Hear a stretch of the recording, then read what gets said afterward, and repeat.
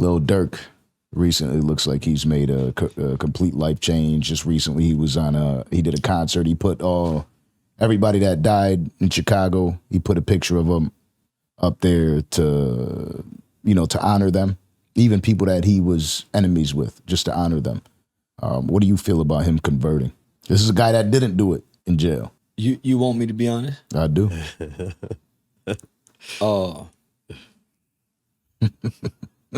I think so. Man, the troll in me, man, wanted me to say, man, but the man in me, in my spiritual eyesight, says that he's sincere. He's turned away from his old ways. And he's redeeming himself. Man, leave him alone.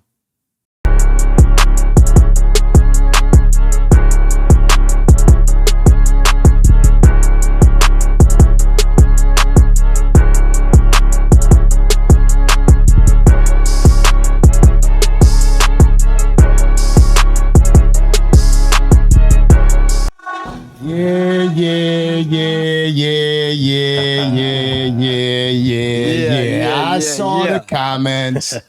I got some comments. They said, what is the Danza Project gonna do now? Yeah. Charleston White is locked up. What are they gonna do? And I'm like, damn, that's all they think we got. You know what I mean? But they love them motherfucking episodes. Say, man, let me just say this. Long before y'all got Charleston White, y'all were popping with big name celebrities. I came behind some big names. Yeah, for sure. Yeah. So I remember you saying that. You said, I thought y'all was with me the whole time I'm with y'all. You know what I'm saying? Like, nah, man. My first impression of y'all was I thought y'all was on like the Breakfast Club and them level. I didn't know y'all was just getting started. Appreciate it. And you saw how in awe I was when I found out what? Mm-hmm. I immediately said, y'all what Wally and Gillo and them was, come on. That was my first response to y'all, homie. So I love how he always calls them Wally and Gillo. But I was just locked up for the weekend. I wasn't arrested. See, that what people. So I had my civil rights attorney send out a cease and desist letter to a lot of platforms because they was posting as if I got arrested, and these was new charges. So those wasn't new charges, homie. I had to sit in the weekend for a jail with no bond for violating my bond conditions. Mm-hmm. So the judge went off my bond and made my bond insufficient for testing positive for marijuana.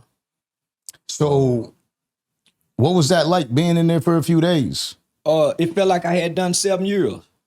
Yeah, each day felt like a year and a half. And I think I aged 2 years each day. But I got some much needed rest. The wife finally got to get to sit down and talk and sit still. Yeah, have some yeah. So and I had some time to reflect in solitude. I had some time to realign spiritually. I had some time to soul search, examine me. So whenever I go to jail, homie, or whenever I'm in trouble or going in a situation, I don't look outside of me. I go look inside of me. I go look within. And then from within, I look out. So I can't be mad at nobody because I like to smoke weed. And it was my second time testing positive. Yeah. So some niggas had tried to rob me for my jewelry the earlier part of this year, but I wouldn't cooperate. Yeah, I'm a hard-headed little motherfucker. I wouldn't cooperate. So one of them tried to snatch it, hit me in the head with the pistol, and they still didn't get the jewelry. So it caused anxiety. You know what I'm saying? Yeah, I ain't never been robbed. Nigga ain't never tried to rob me before. So it caused anxiety because the position I'm in now, I have to be comfortable with people approaching me. At all times. At all times. Yeah. But I done been attacked in a barbershop while I'm asleep in a public place. And I'm saying, how these niggas let this get in here and touch me when normally he got the door locked? Normally when I come, I got my gun right here because I'm gonna get relaxed in the chair and go to sleep. But he gonna have the door locked. So it's normally a level of security when he cut my hair. But he was in on the setup. You see what I'm saying? So I had 2 situations within 1 year. So the attack in the barbershop happened like November, December last year. Because I was attacked, my response to the attack caused me to get 2 aggravated assaults with a deadly weapon. Because they entered into the barbershop with a gun. I still got the mark on my head for when he hit me with the gun. But they went and edited the video. So it looked like but you see the gun in the guy's back pocket. One of the witnesses told the detective that he gave Man the gun and Man put the gun in his back pocket. So they disregarded that.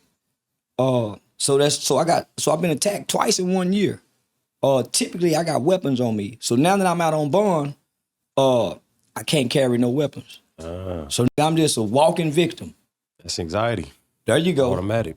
So I need that weed to calm the nerves. I ain't no alcohol drinking. So I started back smoking weed to keep, the anxieties. So there was one dirty UA. So my bond initially, when these charges first came, was $15,000. So when they violated the first time for smoking, that $15,000 went to $90,000. That's a murder bond just for smoking weed. Right. So they hit me with a murder bond. Damn. And most people don't know I went to jail early August. The blogs didn't get that information because I bonded out within 8 hours. Quick, fast. I bonded out real quick. So I got a Texas medical marijuana card. So I went and seen a doctor, a psychiatrist for the anxiety, who saw another doctor. So I went and met with a Texas medical marijuana doctor. So this is legal. Right. So I got a prescription from the doctor. Not only do I got a prescription, I got a letterhead from the doctor's office, and the company. And I'm also in a database. So if the highway patrol officer stopped me in Texas, he got a number to call where I'm in a database. I'm in a medical database that says I'm allowed to have marijuana. But the judge said, fuck this card. So he violated my bond condition for following my medical requirements. So I was put in jail, homie, for taking my prescription. So it wouldn't be no difference if I went to the hospital and they said, oh man, you got anxiety. Here goes some psychotropic drugs. Here goes some Xanax. Pill form. Pharmaceutical business, right? So I went outside the pharmaceutical business and went and got some herbal help. And the courts won't accept it. And that's strange to everybody. But because the judge is like God on earth, who can buck the judge? So it looked like I'm trying to buck the judge, but I'm not. So I'm on bond probation. So every month I have to go see a bond officer that's assigned to me from the courts. So they asking me, have you had any contact with the police? Well, man, I got arrested. Some guys tried to rob me earlier part of the year. They not writing that in the court notes. Then they watching my videos. It's like I'm partying, having fun. You see what I'm saying? So all of that is playing an account. And then the DA told my lawyer, I hate him. He's an asshole because they watching my videos. You see what I'm saying? So when I went back, I gave the courts the prescription, the card, and the letter from the doctor, and I still ended up in jail. Wow. Yeah. So I had to go to court on October the 10th. So when I went to court, I was detained and held with an insufficient bond. So it looked like these are new charges, but they're not. They're the same charges from last year that went viral. Everybody talking about them. These are the same charges. It's just that I went for this card for smoking weed. And this is a legitimate card. So this is from a doctor. So I can't trip. You know what I'm saying? Shit. You know how when the white boy gets you, you got your head in the alligator's mouth. And so not only they quadrupling my bonds. Not only are they quadrupling my bonds, I'm paying monthly fees. Not only that, I'm paying for every drug test. So they milk, and then I'm online showing all this money. So you got the money, we getting it. So freedom ain't free. You got to pay. So but I got a very, very, very great lawyer. Shout out to Mr. Platt. I got a great lawyer who's well respected and connected within the city, in the county. So homie, they just spanking my ass. That's all. Man. So how everybody find out I'm in jail? this little old rapping nigga named CJ Kasino. I'm coming down from court going to book in. They bringing some whole bunch of in from Dallas that's being transferred. So all the niggas see me, they going crazy. Every time I end up going through booking, homie, they go crazy. Automatic. Man, listen. C-Dub. Oh, what's up? Man, the police, there was some ATF agents seeing me and looked, Charleston White, and pulled his phone out. He said, man, you can't take pictures in the jail. He won't take a picture with me. So CJ Kasino come through, he's being arrested, and he the one tipped off Say Cheese TV. Now Say Cheese TV, my partner. I'm mad in the motherfucker at that nigga, homie. Why you didn't call my homie? Why you didn't call Sane? You could have easily called Sane, but you posted this like these some new charges. Oh, the mugshot. Come on, homie. You posted, I'm fresh from the barbershop with a fresh cut. I'm finna go, yeah, you posting these like these new charges, man. Why would you do that? Yeah. Instead of saying that he violated his bond conditions. So the judge said my mind is made up. This was Thursday. Now think I ain't no jailhouse. I done been to jail for tickets. You know what I'm saying? I ain't never stayed in jail no days. So when I heard that judge say my mind is made up and we'll talk about it on Monday. Monday? Nigga's Thursday, man. Oh, shit, Yeah. man. Man, and it's 8:30 in the morning. So it ain't Friday, Saturday, Sunday, Monday. It's Thursday. Friday, Saturday, Sunday, Monday. And then he said, we'll talk about it on Monday. So this ain't even no, you getting out. It's like an arraignment. So I'm saying, nah, this one of them, I can keep him to the trial. I can keep him to the trial. Right. Or I can keep him to his next court date. Because it was a VOP. Because it's a violation of bond probation. You know what I'm saying? It's a violation of bond conditions, homie. So it's like, he went off the bond. And so shit, yeah. Monday came and it wasn't looking like I would go get out. Like he was still mad at me. But the stamp, the time stamp on my bond conditions paper, he signed it at 408. So and he's now don't get me wrong, homie. He's a very fair judge, but he firm. And he consistently firm. Mm-hmm. And he don't play. Old school judge, he don't play. And you're a public persona. And I'm a public persona. So they gonna treat you with a different level of scrutiny. Yeah. So on. So this get out of jail, he go tell everybody I'm in jail. And so now the blogs, TMZ, everybody posting. And they posting these like it's new charges. And this is why I with Tasha K. Me and Tasha K got like this love-hate relationship. Tasha K called management to try to get a clarification. Because she said, he looked like the old charges. She was the only one that sought to try to get clarification, homie. Yeah. That's why I fuck with her. She's sharp. I knew it was the old charges. I just hit up Sane, I hit up Dej, I tried to hit up the whole circle around you. I called your phone like 58 times. If you look at it, it's on the bond. If you look at date of offense, it give you the date. The animal cruelty charge is from when I first started on YouTube, homie, when I had my first YouTube channel. I had just bought this mace gun. And it come with a water canister to test, and then it come with the mace to put in there. So I was shooting the water tester gun, right? But it's my relative's cats. My relative is a precinct chair for the Tarrant County GOP Republican Party. Very credible and respectable guy in the community. So it's his cat, and it's his daughter's cats. So they ain't gonna let me mace their cats, homie. And he in the car with me. Yeah. So I squirt the water, but when you look at the video, the water don't even hit the cat, homie. All they got is me turning the camera around, because nobody see me squirt the cat. The video don't show me. I turn the camera around. Yeah, I mace cats and dogs to get back with white people. I hate cats. I hate dogs. I over cats and dogs to get at white people. When I get mad at white people, I hurt animals. So I'm talking, yeah, homie. So they took that. But somebody online was watching. They sent the video to their local police department. Their local police department sent it to my police department. This was November, December 2021. Or it might have been November, December 2020. They contact me probably a week, 2 weeks after that. But it's right. So 2020, 21, they called me. Fort Worth Police Department called me. Hey, Charleston, we got some reports. I said, man, y'all see that motherfucking video, man. Y'all see I ain't maced no motherfucking cat. The detective exact words to me was, well, you might want to be careful, man, because somebody sent the video in, Charleston. So when I get attacked at the barbershop, I do the Cam Newton interview. So when I get attacked at the barbershop, they got warrants out for that guy. When I done that Cam Newton interview and I talked about the officer who got killed by my best friend's son, and I peeled the scab in the city. Mm-hmm. If you go back and watch that interview, homie, I dug up some old agitated some people. Yeah. I was gonna say, who filed the complaint? You know, I don't know. So this is what I'm saying. Your constitutional right says that you have a right to confront your victim. Where's the victim? Where's the victim? Where's the cat? And where's the person who reported it? They have neither.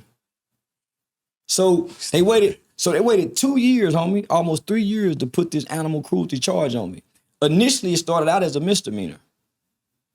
I bonded out on a misdemeanor animal cruelty to non-livestock for like $1,500. So I had a $15,000, $1,500, $15,000. So they waited 2 years, but they didn't put the animal cruelty charge on me until after I done that Cam Newton interview. So when I got back to my city after doing that Cam Newton interview, the detective called me and said, I got some good news and some bad news. Well, give me the bad news. He said, you got two felony warrants. What? So I got those 2 felony warrants. By the time I hit that's why I threw that pot at that nigga on stage during the comedy show. I was stressing because I had just found. So when I called my lawyer, I said, man, I got 2 felony. I said, Andy, man, I got 2 felony warrants. He said, yeah, I see that, Charleston. And then he said, you also got a cruelty to a non-stock out of another county. I damn near passed out. I'm saying, because it made it look like I killed a cow or a horse. Something crazy. And in Texas, you can still get the death penalty for doing something to a cow or a horse. Those are old Western laws that hadn't been changed. So it said cruelty to non-stock. Man, I couldn't even think about that water cat situation because they already called me about that. So, homie, I've been a political figure in my city for a long time, homie, and I done fought the police. I done went, you know what I'm saying? What was the good news? The good news is there's a warrant for the other guy for attacking me. But it should be a warrant for both those guys. Because both entered into this place with a gun and attacked me, a premeditated attack. So they're charging me with going to my car and getting my gun. And they say I chased after the guy.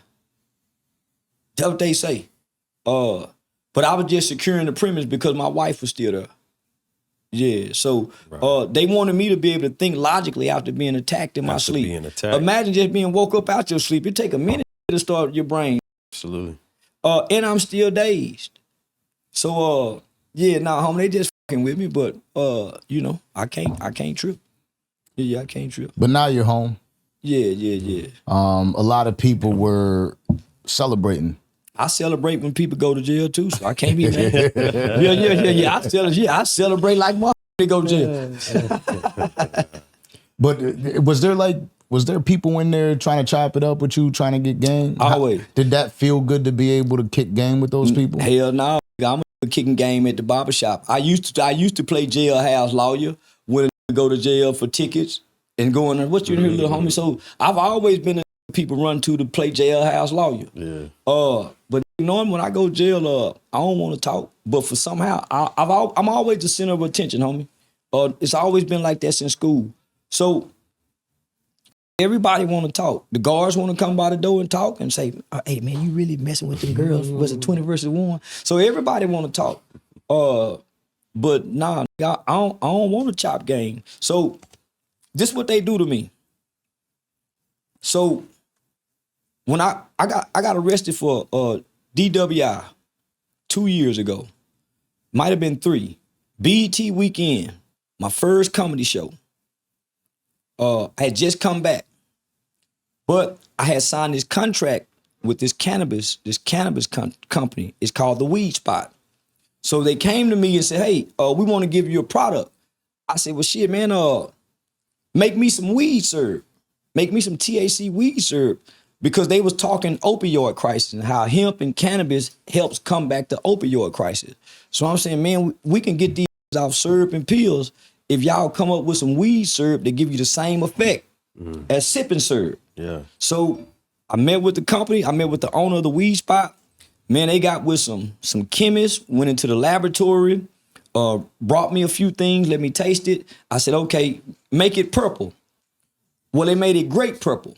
And it's called Nanny Boo Boo Syrup. And you can look this up. So I got my own line of THC syrup called Nanny Boo Boo Syrup. And boy, it's that motherfucker potent. Wow. So I've been sipping on that Nanny Boo Boo Syrup. And I got to that motherfucking light, tired from partying in Atlanta. It was a Rangers baseball game. And they had some people, they had all the ticket people walking by, and they got us waiting. So, man, I'm like, man, these motherfuckers taking too long. And that syrup kicked in.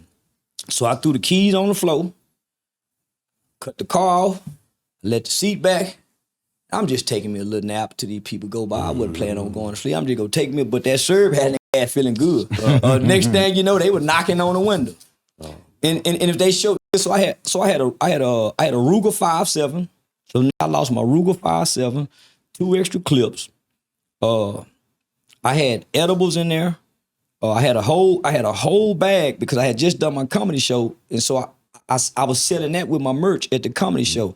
They had a whole bag of like 40, 50 bottles of that Nanny Boo Boo syrup. They thought they hit a lick, but it's CBD.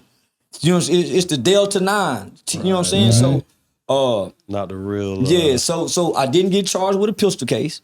You see what I'm saying? I got charged with a DW out at the end of. I wouldn't say they dropped it, but they just gave me labor detail. Mm-hmm. So they gave me labor detail, homie. Yeah, because I really wasn't drunk. Right. Yeah. That's why it's wild and not under the influence. Yeah.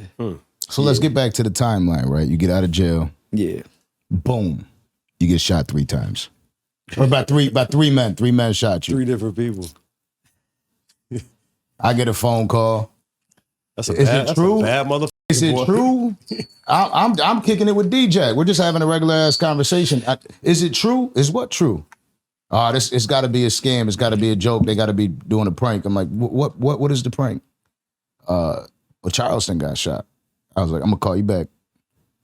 Call Unc. Like, man, you know I would have called you. I ain't get shot. Nigga. They listen. That the video when the attacked me at the barbershop. I'm on the phone in the ambulance calling, going live. Mm-hmm. Man, if I get shot, I'm gonna try to go live to let y'all know it happened. I remember that. But they said I was in Chicago. Not only was I in Chicago, I got shot outside the hospital. I got shot 3 times outside the hospital, and I went inside and made a call, I guess, to 911 from inside the hospital. That should have been the red flag to let people know, man, that's bullshit. And not only that, they don't give names out on the airways. Mm-hmm. They give a black male 5'9", they give descriptions, they don't give names. Especially for a victim. Right. And then people saying, well, we were called in the hospital. Hospitals don't release information. Can't. By way of HIPAA laws. So I'm saying, man, the internet, I told myself, I said, homie, how can I lose on the internet when you can make people believe anything? How can I ever lose on the internet when you can make people believe anything? If you get enough people to post it. That's the only catch. You got to get enough people to post it and repost it. And you can make a lie true. You can make the truth a lie if you get enough people to share or repost. So it taught me something. Don't come to the internet and be honest. Because the truth isn't the truth anymore. By way of social media, the truth is what you can make people believe. So that's why our politicians aren't being held accountable for the things that they say, because they can say anything to us. So, I was in Detroit. So I wouldn't dare go to Chicago. Man, I done passed up $100,000 not to go to Chicago. Because why would I go to Chicago? And Chicago is a demonic state where people kill each other and you can get away with killing. And they make it easy for them to kill each other. So I stay out of gangbanging states, California, Chicago. I do not go to gangbanging states that have a gang culture. I stay out of those states. Yeah, I was actually, for me, there was no time. You know what I mean? It was just, let me call you right away. So I didn't even see anything. If I would have seen all the bullshit they had going on, like, there's no way that this shit, It doesn't even make sense. I was just calling to make sure you were good. You know what I'm saying? I'm Yeah, like, I know. damn, I just got that call that second. Let me see what's up. They had me thinking I was shot. Many motherfuckers, nigga, what? Nigga, they damn near had me. Yes. But I'm in Detroit, so I'm saying, man, this shit wild. But that's just how big a nigga done became. You know what's wild is people want to see it. I saw somewhere where a rapper that I'm familiar with, actually enjoy his music, OT the Real, was celebrating. But he was just the nigga out of LA? No, I think he's from up north, right? OT the Real. Oh no, that's OT the Genesis. Now I don't even know who OT the Real is. Yeah. No, I don't know who these is. Yeah, some rapper. He was just saying like it was dope that you were shot. Well, that's why I talk about people, kids, and I talk about dead people. Because how can you wish death on somebody that you don't know nothing about? And then think about this. I've never done wrong to us. Rappers promote killing each other. They kill each other. I've never sold drugs in the black community. I've never shot a gun at a black man. I ain't never kicked a nigga on the ground while we were fighting. So I've never done harm to black people. So that's why I celebrate the downfall of rappers and the rest of them in street. So what I wanted to show black people and what I've been doing forever, homie, is that we're hypocrites. We love gangsters, killers. That's why Woody can be celebrated. I come in playing snitch. I was discredited off the beginning. Oh, he a snitch. Not that he killed somebody. Not that he steal. Not that he robbed. Oh, man, that a snitch. But I'm saying, man, but I work with kids. Man, he a snitch. So in the beginning, everybody's problem was I'm a snitch. That was the biggest complaint. Now here come a snitch. A real snitch. Not only is he a real snitch, he's a real killer. I don't even want to go into it. You know what I mean? We got to go into it, homie, because this is what I've been holding up to us. Yeah. This is what I've been holding up to black people, homie. Whole time. How can y'all love King Von? How can y'all love Nipsey Hussle? How can y'all love these people off what they say, in what they do? But you can hate me off what I say and ignore what I do. So this is what I've been holding up to black people on every podcast. I have arguments. When I get mad, I work with kids. I'm just on here playing. I'm playing a character, homie. And there's no paperwork on me. Never took the stand on. Man, I've been working with kids, y'all. Man, that nigga talk about he a snitch, he'll call the police. So they've been discrediting me in the work that I do in the community with children because I'm a snitch. 5 years later, here come a snitch and a gangster combined in one and a killer. Right? So I'm saying, let me play the villain then. Let me keep playing this villain. So as time began to progress, I became more vilified because I wanted to talk like the rappers. Fuck you, bitch ass, you stupid ass, fuck you, hoe, bitch, fuck your set. I'm talking like the rappers without rhyming and without the beats. Okay, now for the dress and look like them, but I'm gonna look better doing it. Oh, he trying to look like the rappers. Yeah, I am. Because that's who y'all admire and praise and worship. These are y'all gods. So let me join in. So, homie, so I don't understand it. But I do understand it. We live in a generation where this generation look at right and say that's wrong. And look at wrong and say that's right. That's where we are in these times. So I'm saying nobody is more celebrated, praised and admired than a gangster rapper in the black community or a street or a homosexual. Those three, street, gangster, killer, those are our elite people in our community. So that was my competition. And I dethroned the competition. I literally dethroned the competition. So once I dethroned the competition, I say, well, shit, let me go somewhere else and evolve because I don't want to get stuck over here because I done already dethroned the competition. Hassan Campbell, he once dethroned the competition, but he got stuck on there. I said, I don't want to be like Hassan, homie. I don't want to be like these niggas, homie, that's stuck on YouTube.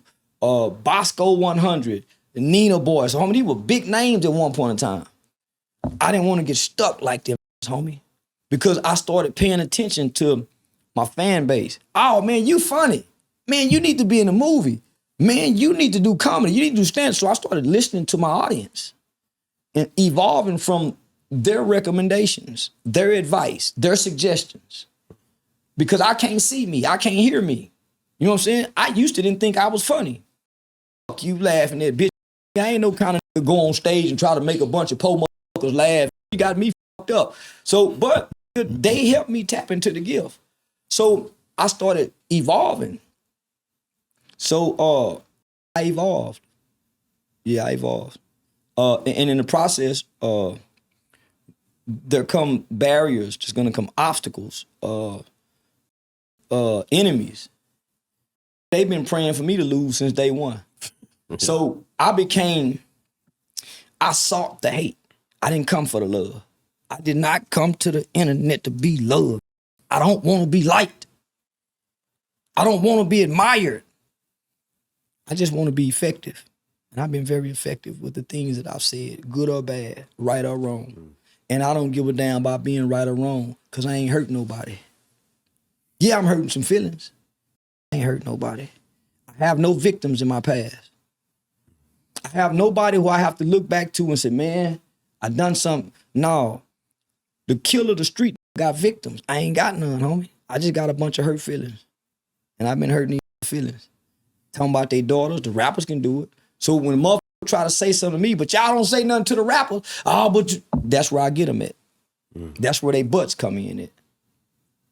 Right. So yeah, I welcome the hate because this is what I know with black people and all people. Just get them to the line. Whether they hate you or love you. It's a thin line between love and hate, but you got them on the line. They'll watch you if they hate you. They'll watch you if they love you. And I learned that from watching Ali. Ali was hated in the beginning. Mayweather was hated in the beginning. People were buying Mayweather fights to see him lose, not watch him win. Sure. They was coming to see a motherfucker hit Ali in that mouth that he won't shut up. He talked to guys. They wasn't loving Ali at first. But I watched them love Mike Tyson at first. Only to call him a racist in the end. I watched him love Whitney Houston. I watched him love Michael Jackson. I watched him love Diddy. I watched him love all their favorite celebrities and at some point turn on them. So I wanted to come with the opposite reverse psychology game. Play the villain. Who came on it? Who come playing the villain? Let me play villain. And that's been my game. Yeah. Sometimes I disagree with a motherfucker just to play the villain and they be right. And I be saying to myself, man, you wrong in a motherfucker. So I'm playing a role. I done got on podcasts and played villain knowing I'm wrong, but so this my role. So why I'm gonna get out my role? When I get out my role, that's how I'm gonna lose. Trying to appeal and win the hearts of these people when I didn't come to appeal to them. And I got all this attention, I got all this money from not trying to appeal to my people. So why would I switch up? What are your thoughts on academics jumping the gun and posting to the world that you were shot? Everybody jumped the gun. Not just Act. Everybody jumped the gun. Because Act publicized it. His name is large and it went crazy. No. It was a guy on Twitter, Spot News. Now Spot News took that bitch around. Now Spot News did that. So to Act, it looks credible. Because everybody knows Spot News is a very, very and it's a blue check on Twitter. I be chilling though. Like when that shit goes down. Well, you know me personally though, so you already know. But homie, you not chasing this shit. Yeah. They whole livelihood is based off them having something like this to chase. Spicy content. Homie, they got deals that they had to adhere to. So it's not about it being true or false. It's about it generated these views. And it gave you some content for the moment. So it ain't about. So this is why I don't take it personal. It's just content. True or false, it's just content. So I don't take it personal. Homie, this is business if you're on the internet. Shit ain't personal. I'm trying to eat. It views and all. So I don't take it personal. This is about business. But it went viral on Twitter. And from Twitter, it trickled down. Yeah, now Act was just posted.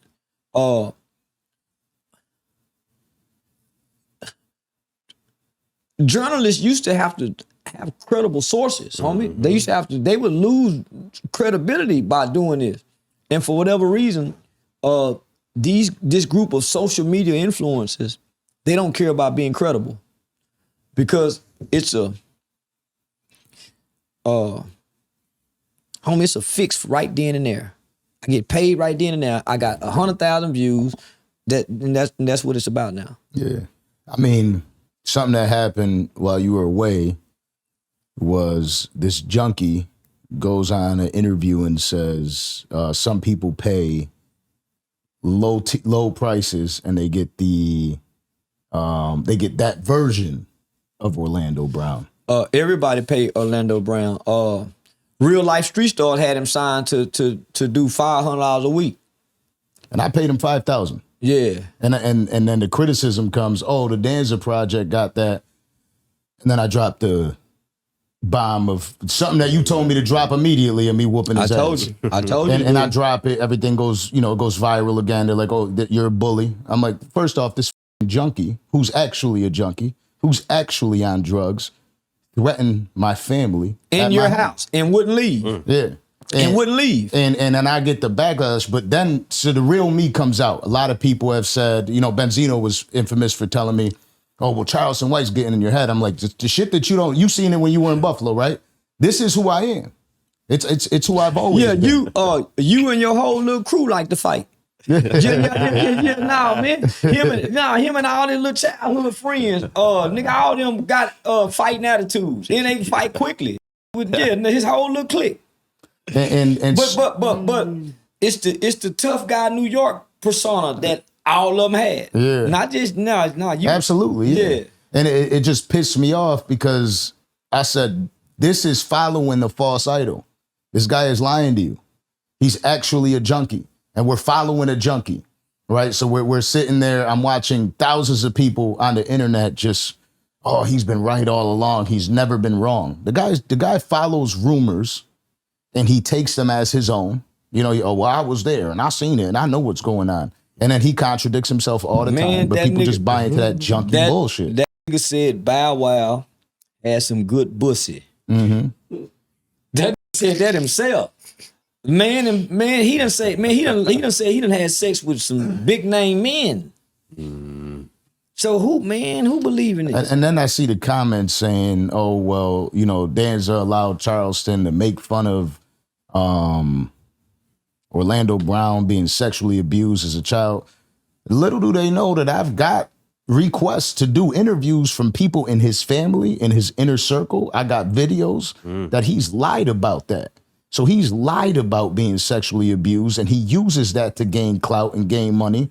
And all I'm saying is be careful who you allow to get in your head because these false idols are the ones that'll fuck you up. You know what I mean? What does Orlando Brown truly know about Diddy outside of the rumors that he's heard? No. Nothing. No. You know what I mean? And he's allowed to go over there and tear down a black man with bullshit rumors that he's heard. Okay, people are like, oh, he's the first one to point it. No, the fuck he wasn't. You know what I mean? And then it's just like I'm watching people say he has never taken drugs. He's a childhood actor and a genius. And I sit there to myself and I say, so all these childhood actors are geniuses. So the Olsen twins are not on drugs. They're just geniuses that are acting it out. What's the guy from the Goonies? The white guy from the Goonies that stayed, man, he had a hard time getting off drugs. Oh, yeah, I forget his name, but I know who you're talking about. Yeah. Homie, these today Americans, predominantly black Americans, they are soulless humans who worship idols. American Idol done something to America. The show American Idol. It made people idolize celebrities. And they worship the words of these people and won't try to fact check the credibility, and they take it for face value. So it's hard to argue with this group. So that's why right now, during this campaign season, during this election, they're going to get idols to get you to vote because they know you worship them. You bow to them. You honor them. They've become gods. So a guy like Orlando Brown, a woman like Jaguar Wright, who's known and documented to have trauma, drug problems, mental health issues, and you got a bunch of uneducated people who don't know nothing, haven't never left a city, haven't never went anywhere, and they predominantly live in poverty, below or at the poverty line. Believe the words of these people and act as if everything they saying is true. And I just want people to know, homie, when the cameras come on, everybody putting on. And they've been actors all their life. So they can sell this shit to you. What? They can sell this shit to you. Pure junkies. Everybody I've talked to who've done it, and I hate to even say this, man, even the girl V from Say Cheese TV, she said when the cameras went off, she's like he was still in his character. It's like he was still in his character. Yeah. The man is on drugs. And I'm gonna put it out there. Real life street star paying $500 an interview. I tell you, man, y'all wrong in the motherfucker. But they will, man, that's why certain platforms keep them there. Man, you can only get me once a month. You ain't finna get me every week because you can't afford it.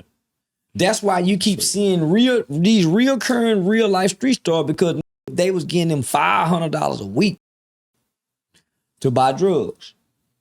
Now, it ain't real life street star problem what he do with the money, but it was obvious to them what they was doing with the money. I mean, I was saying that when he was here. I'm like, look, trust me, he ain't gonna make it past 2025. I mean, those junkies somehow survive. Yeah. No. He gonna live long. Yeah. Yeah. Now, he made it this far. It's hard to predict when a motherfucker I wanted die. to bring him up here several times. I remember having that conversation with you, and you were just like, "Nah, homie, you can't. That shit is." You said it during the interview, right? And my dumb ass sat here, and I was like, "I'm gonna pull out a different side of Orlando Brown." Bro. We tried. God damn, did I try? And then they're like, "Oh, well, you wanted the bullshit." No, I did not want the bullshit. I genuinely, come on, bro. I saw this shit before the interview started. I saw it during the interview. I saw it after the interview. People claim to know shit that they have never seen in their motherfucking lives. They never seen it. Not once in their life. They don't know the real him. They don't know how dangerous he is. And what my problem is that people are idolizing this behavior and they don't really understand that it's like you're worshiping a junkie. You're allowing these lies to come forward. You're discrediting people that are saying real shit because you're worshiping these junkies and you're just saying, oh, okay, this person's saying the real stuff. Well, he's speaking in code. You really got to listen deep. No, he's speaking in meth. You know what I mean? Like meth heads say some profound shit, but they could tell you the sky is blue by saying that's red mixed with purple, yellow, and green, and when it all combines, it turns blue. You know what I mean? Like, homie, this how I know you on drugs, because man, anybody who come here, you've always made it. Your son gonna come in here and dap us up. We go see your girl. So if nothing else, man, we know it's a kid in there and we know it's a woman in there. So go kind of be on his best behavior. You know what I'm saying? Man, when that nigga came over here and act like that, knowing this is a family house right here. Come on, man. You gotta walk out there and go amongst his family to use the bathroom. So whatever spirit, whatever energy you walk in here with, it stays as you pass through and come back out. So you go bring that energy into this man's home. Come on, man. That's why I went on ahead and got out of here. Because in my mind, we some player type. And nigga, we for the chop game and you know what I'm saying? So come on, man. When I was trying to talk to him out there when he got out the Uber. Yeah, you know what I'm saying? Even that was a little off. He threw everything he had. And he had a whole handful of shit. Threw it in the air. Man, that nigga jumped out the Uber. But just think about this, homie. That was the 8 million views long before I met Woody. Me and him That was the me and Woody connection. That the networks and social media would have went crazy for. Absolutely. Could have got a big me and that together. So I'm telling him, say me and you together. But I'm thinking he just bullshitting for the cameras. That shit ain't never go away. Nah, homie. I'm thinking remember I was praising that nigga at first. Yeah. But I'm also studying him. I'm also making very close observations. I'm assessing what I'm seeing. Right. So from the time he jumped out the Uber, we kind of chopped game. I said, nah, just don't make sure you don't get. Remember I told him, don't get too drunk because I want to talk business. Yeah. I said, me and you in front of the camera with the woo woo woo, man. I had a whole vision, some insight of some shit. But once I saw what I saw, it's no different, homie. Nah, once I see what I see, man, I'm out. I FaceTimed my boy at when the shit was over because he wasn't leaving. This dude was spitting on himself.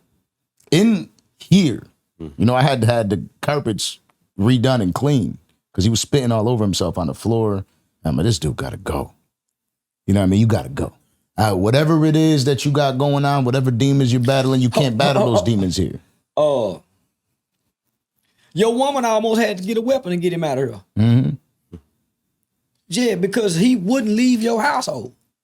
And man, that nigga drunk that much brown, then came back and hit some more of that. What was that? The 19th. So he was already. Then he got super drunk. He had like a gas station wine. Man, joint. But when that went to that motherfucking bathroom hitting that dope, shit, it was over with. Mm-hmm. Yeah, it was over with. Came in here crawling on the floor. You know, all sorts of crazy shit, but it just bothers me, and the reason why I addressed it. And I still got the video where I got my fucking knee on the back of his shoulder where it looks like my knee's on his neck. It looks like he's getting George Floyded for a second. Yeah. You know what I mean? But it's not the case. You know what I mean? My knee is on his shoulder. And it's for a second because I'm like, yo, are you, like, even then I'm still saying to him, like, are you okay? I don't want to cause you any harm. You need to get up and you need to get out of here. I'm talking to the Uber driver after the Uber driver drops him off. I'm talking to him the next day, and I'm like, listen, I want to do more interviews with you because I want to help you. And maybe it's not even an interview. I just genuinely want to help you. You're fucked up. And he's like, what are you talking about? You ready for breakfast? And I'm like, what the fuck just happened? Yeah, you couldn't let him. And then he went missing for an entire day. I seen him out there on videos with Safari. He was walking through the streets. Same People were outfit. seeing him walking through the streets. And I'm like, damn, like this dude really can't help it. It's not something that he was just high last night. He's high forever. That same night, you ordered $100 worth of Red Lobster, big plate, taking care of the guests as we would, as we should, as we do, as most people don't do.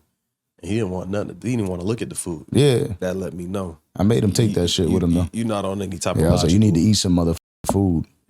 Yeah, nah, homie. I had a vision. Put me and that in the movie.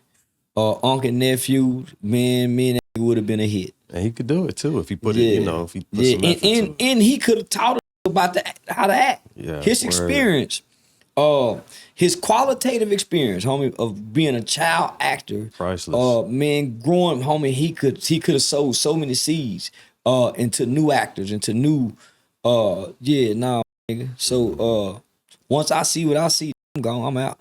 So is Jaguar Wright just like literally the female version of him? Yeah. That's what it seems like. Yeah, She yeah, did it his is. whole flow. Could you ever see yourself sitting down with her ass? They tried to get me to do it once before. Then her and her boyfriend had a fight. She went to jail, and then because I didn't know who she was at first, I didn't know that was the chick on the Jay-Z album, so I had no idea. So a real life street star. So I met her. She showed up in one of my interviews, a real life street star, and she seemed normal. We took a picture together. She seemed normal. I think maybe a few days later, her and her boyfriend at the time, or her and her husband at the time, had a fight. She went to jail. And I started looking at some shit. Like, man, I wouldn't do nothing with that bitch. Man, that's a lying mother. But because she got dirt on everybody. Yeah. She know personal business about stuff that's Thompson, man. She know everybody business. Hell no. She ain't never not said, well, nah, I don't know nothing about that. So I said, I would never do nothing with her. What do you think about Piers Morgan doing the interview with her? And then he got that cease and desist by Jay-Z and Beyonce. Like, And we ain't he's- gonna let that shit slide. and Y'all he's- can do that on them little interviews. Y'all ain't doing that over there. Yeah. Now Jay-Z showed a little power. Every homie, nobody has to be credible anymore. I don't want to be known for lying or stealing or cheating. Amongst my people. That's what I pride myself in, you know what I mean? I ain't been caught lying to the people. I ain't been caught stealing from the people, and I ain't been caught cheating the people. So if I go out, that's gonna be my nigga. I ain't never done that though. I done a bunch of shit, but I ain't lied, stole, or cheated to these people. And that's what they doing to us. Yeah. it's And wild that's that they abuse. doing that, That's abuse. Now, I just had an interesting interview that I know you saw. Mm-hmm. With your arch nemesis' daughter, Poison Ivy, Boosie's daughter. I used to love Boosie. I went to a Boosie concert and man, I should love that. I was on stage with Boosie one time in Fort Worth, Texas. He was performing. I threw my last $500 in there just to show out. The internet killed Boosie's mystique to me. Made him look like a mark. But that young lady, is a great example of what a kid should be. Mm-hmm. What she represents as a daughter. I hope my baby can do that. Yeah. And she said it. She's like, I'm not gonna. She didn't down talk him. A lot of people see clips and Never have. Yeah, I've been watching her. I've been watching her talk publicly, and she's very respectful. She's very manable. She's articulate. She has something to say. Her words matter. But she's the new generation a leader of young people. Mm-hmm. Yeah, I see her leading, homie. Yeah, I see her leading this generation. Yeah, I absolutely loved sitting down and having that conversation. Man, I normally don't comment on much, but I had to comment. Yeah, I had to. Yeah. She spoke so eloquently in her disappointment with her truth, but remained so respectful. Still showed honor. Yeah. Still spoke up part. Love and with honor. respect to the household, the castle. Yeah. What we all represent. I'm proud of where I come from. I'm appreciative of everything that Yeah. I've gotten. Mm-hmm. But I'm upset. I'm frustrated. And you could hear the emotion in her voice. Like, And she done that pain. with love and honor. She still done that with love and honor. And that's very rare in today's young people. well, because she also didn't have to. And it doesn't pay to not be controversial, wilding out, crazy videos, cursing at the camera. Well, let me just say this, homie. I don't credit Boosie for that. I credit the mother. Wow. Yeah, so salute the mama. And she spoke extremely highly of her mom. So, She man, spoke highly of Boosie, but she definitely spoke super highly of her mom as well. Boosie just getting it together. Boosie always had money, but Boosie was the street in and out of jail. He spent 6-7 years. My daddy home. That was Ivy. Right. My daddy home. I told y'all he was coming. So that's the excited little girl who mother Through all that. was sowing those seeds and breathing life into this beautiful young girl. You see what I'm saying? So, and I'm saying, well, goddamn, Boosie, how can you even be speaking against nigga when you had songs promoting her lifestyle? I like girls kissing girls. Yeah. You say that what you like and that's what you want. 2 red bones in the backseat. Come on, man. So, I get it. I get it. But man, I pray all young people who have a problem, or I hope and wish that all young people can take her that antidote that she got. No matter how you feel, no matter how much it hurt, no matter how angry you are, that you can still love and honor through the hurt and the pain, and not speak venom. But it's hard to do that if you don't have a mother who can teach you to be like that. You see what I'm saying? So, she won my heart. It was a beautiful interview, beautiful conversation. She's a beautiful woman. You know, people could attack her for her beliefs, but I gained nothing but respect for her after that. Yeah, me too, homie. Yeah, yeah, just to know he can make a baby like that make me want to leave him alone. yeah. Nah, she make me want to leave that nigga alone, man. Fucking with Boosie, man. Yeah. Nah, so man, shout out to Miss Ivy. Yeah, that's dope. We had several conversations where we were talking about Islam. Yeah. Lil Durk recently looks like he's made a complete life change. Just recently, he did a concert. He put everybody that died in Chicago. He put a picture of them up there to honor them, even people that he was enemies with, just to honor them. What do you feel about him converting? This is a guy that didn't do it in jail. You want me to be honest? I do. I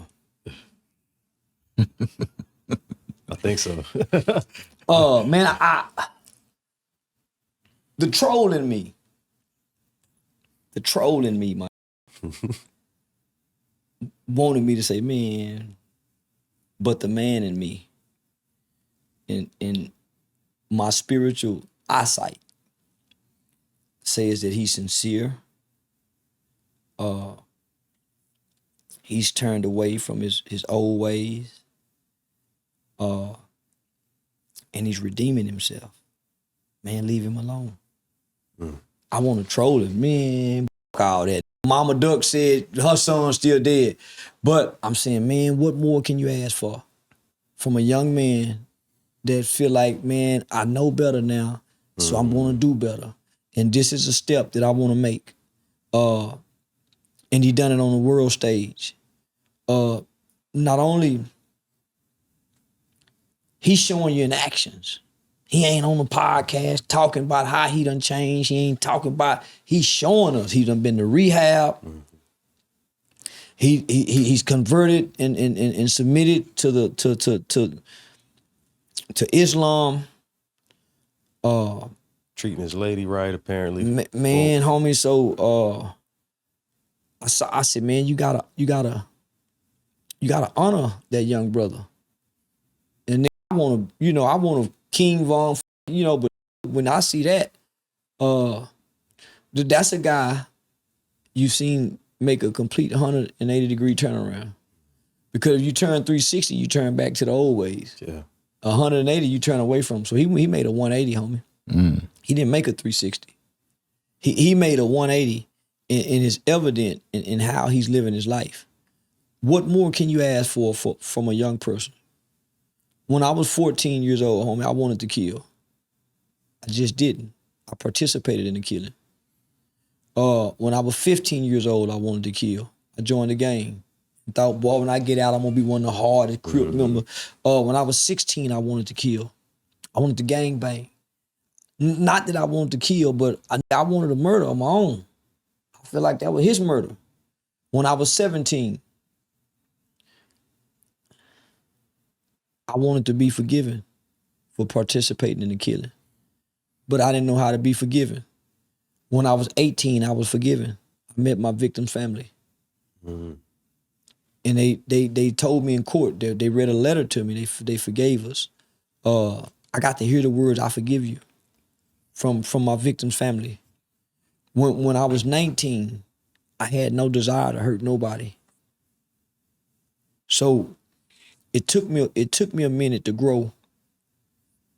I didn't come from the conditions that they came from.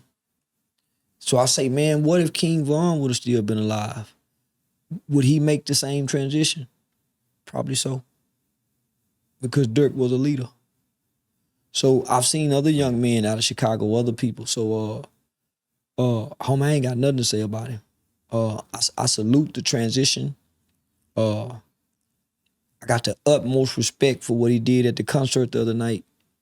And I pray that Mama Duck can find in her heart. Not that she dropped the lawsuit, but what he's giving our culture, homie, and our young people, we ain't seen in a rapper in a long time. Real life changes by not words, but by actions. Yeah. Without the whole big show, really. Yeah, homie. You know? And he was quietly doing this. He was quietly doing this. So Salute to Durk. yeah. You know what's wild? I asked that question knowing how crazy that question could be, and I absolutely knew that the man in you would come out for that one. Yeah. Because that's why I said it. I'm like, you said it about the people that convert in jail. This man actually converted. Homie, I've been paying attention. He got a softer persona. Not that it's a softer persona, but you see growth on him. Yeah. You hear growth. Yeah. And not only that, he got the evidence. So he got the documentation with the conversation. But he brought the documentation first before he started talking. So, man,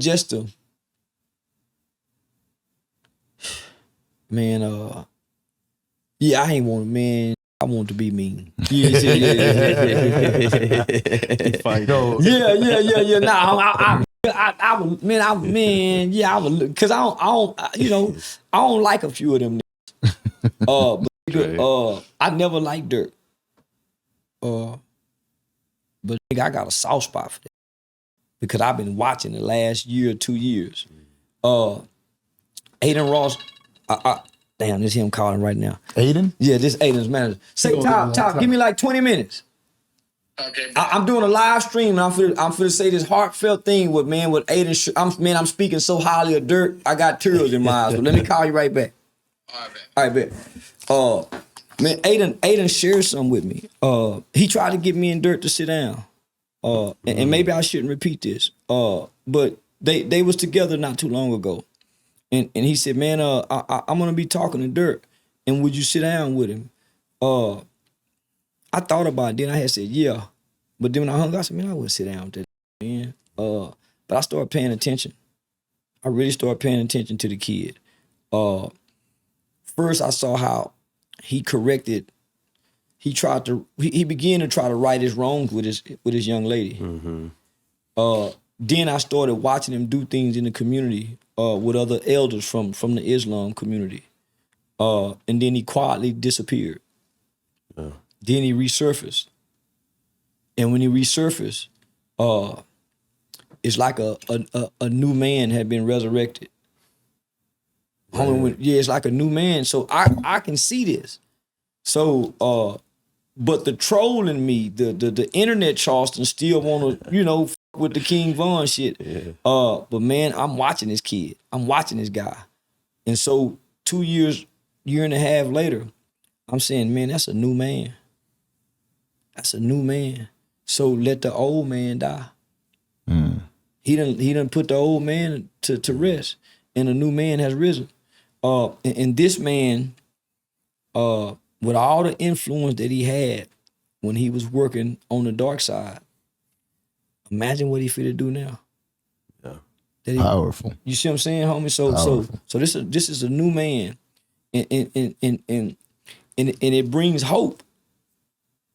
That our youngsters ain't as lost as I thought they were. Mm. Now that's me saying this publicly. Yeah. Because I saw him, one of our leaders of our community, the hip hop community. Homie, maybe there's hope because of young niggas like him. Super dope. I can hear the J. Cole, oh my life. Yeah. Oh my life. Yeah. I can hear it. Yeah, he really turned it around, and that's super dope, especially after everything that goes on, Chicago rap scene. Man, come on, homie. You talking about drill music was a demonic force, homie, that it was a force that have left a stain on our community, homie, because those was babies. Those was babies, homie. Trench babies. And I ain't never understood. I don't know Chicago. I just know it was a demonic force that had to be stopped, had to be attacked, had to be opposed. And till I came along, homie, nobody opposed that. Nigga, didn't nobody speak against that shit. So all those people didn't die in vain. All those faces that we saw, homie, they didn't die in vain because the seeds he's gonna sow and the seed he sown. So it should give hope. It should bring some form of peace to those victims' families. Wallo Very dope. just had a tweet where he spoke on Big Meech being home, offered some advice. What would be your advice to Big Meech now that he's finally home in this environment?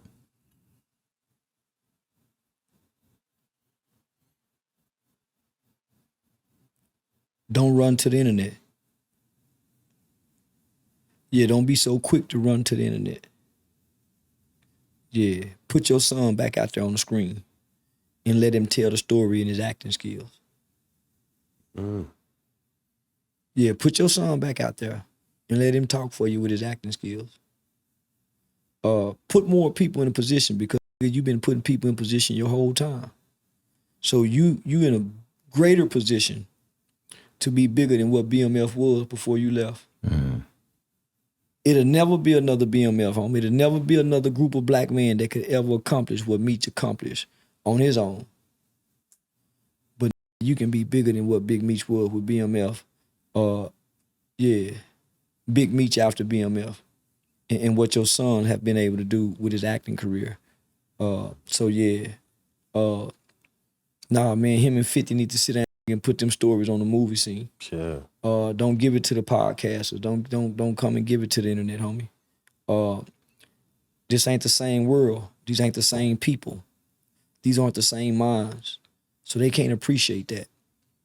They can't appreciate what you had to go through, what you had to put down, what you had to sacrifice, what you had to endure to become who you are and what you were for black people. You brought economics. And you was trying to find a way out. Your brother wanted to stay down, but Meech was looking for a way out. So God gave you your way out, and you gonna be greater than what you ever was.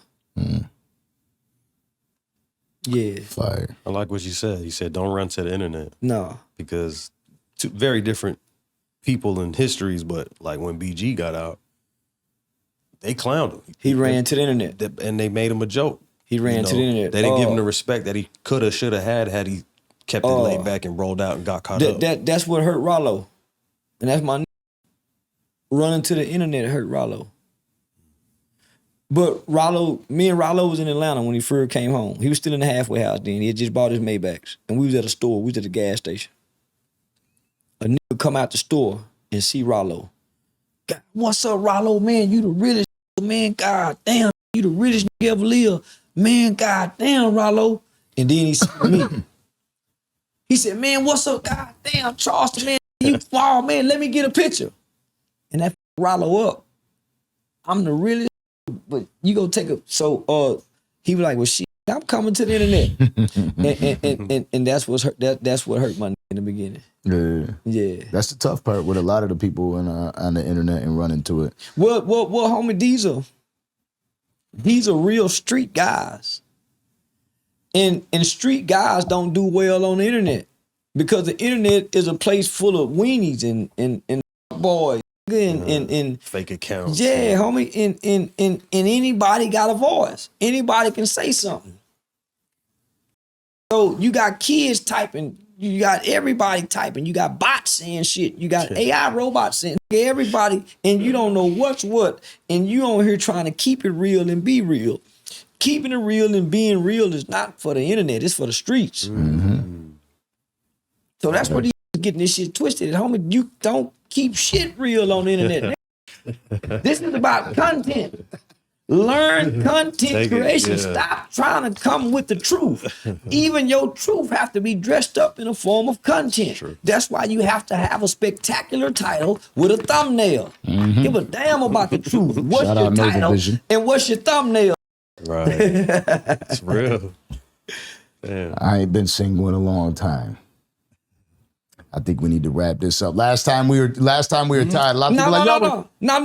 We come back and I'm gonna stay an extra day, so we come back and do it again. Let's get it. Yeah, we come back and do it again. You know, as wild as last interview we did, we were all tired as did the interview. People are like, yo, he's tired. His energy is off. Something's wrong with Charleston. I'm like, you know what? The thing is, for the people that don't understand, is I'm perfectly willing to sit down and have a conversation when we're tired as too, because we're still gonna have some dope content for you. Yeah, and that's just the way it goes. There's no fabricated numbers. We ain't paying to put promotions behind this. Every fucking view is super organic, super real, and real fans every time you see it. And that's just how we do it. And then not only that, we normally wait till the wee hours of the night to film this shit. Yeah. So we normally filming from, we go get her at 10.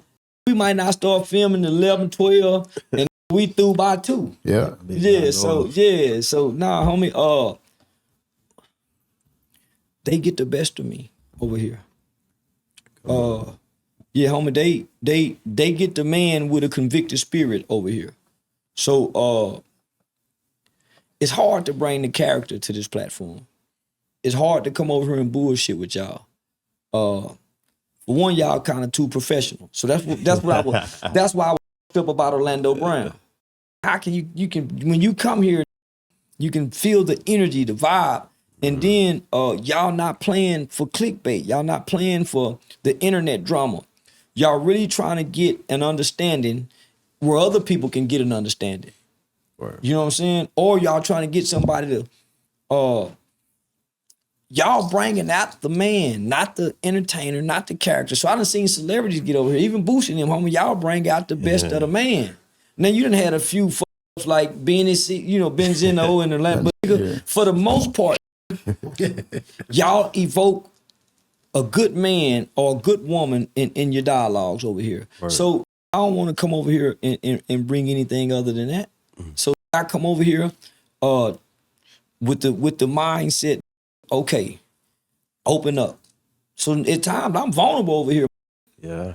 Nah, I be going back looking at some of them clips and be saying, God damn, nigga, shit, man. I gave him all that. Fuck man. But it, nigga, just the man. And then, I go back online and create the character to, make myself feel better. But nah, homie, because I said some shit over here that make it better at home, and I can't say it at home because of what I've done. Homie, so I can come over here and I can apologize in ways and say things in honest ways that my wife would say, babe, I love you. You know what I'm saying? Yeah. Because y'all get to see the man over here, homie. So hopefully I can get on more podcasts and more platforms that can evoke the man and not the character. I've been trying to lead a character over there, but people don't want the man; they want the character. Yeah, they want to talk about that bullshit. Yeah, so that's let's why, get the fuck up out. Yeah, let's here. go. So that's why I do want to leave out on this final note. If you do have multiple interviews with Orlando Brown, he got a haircut here. He has lice. Check your chairs. All right, let's get it.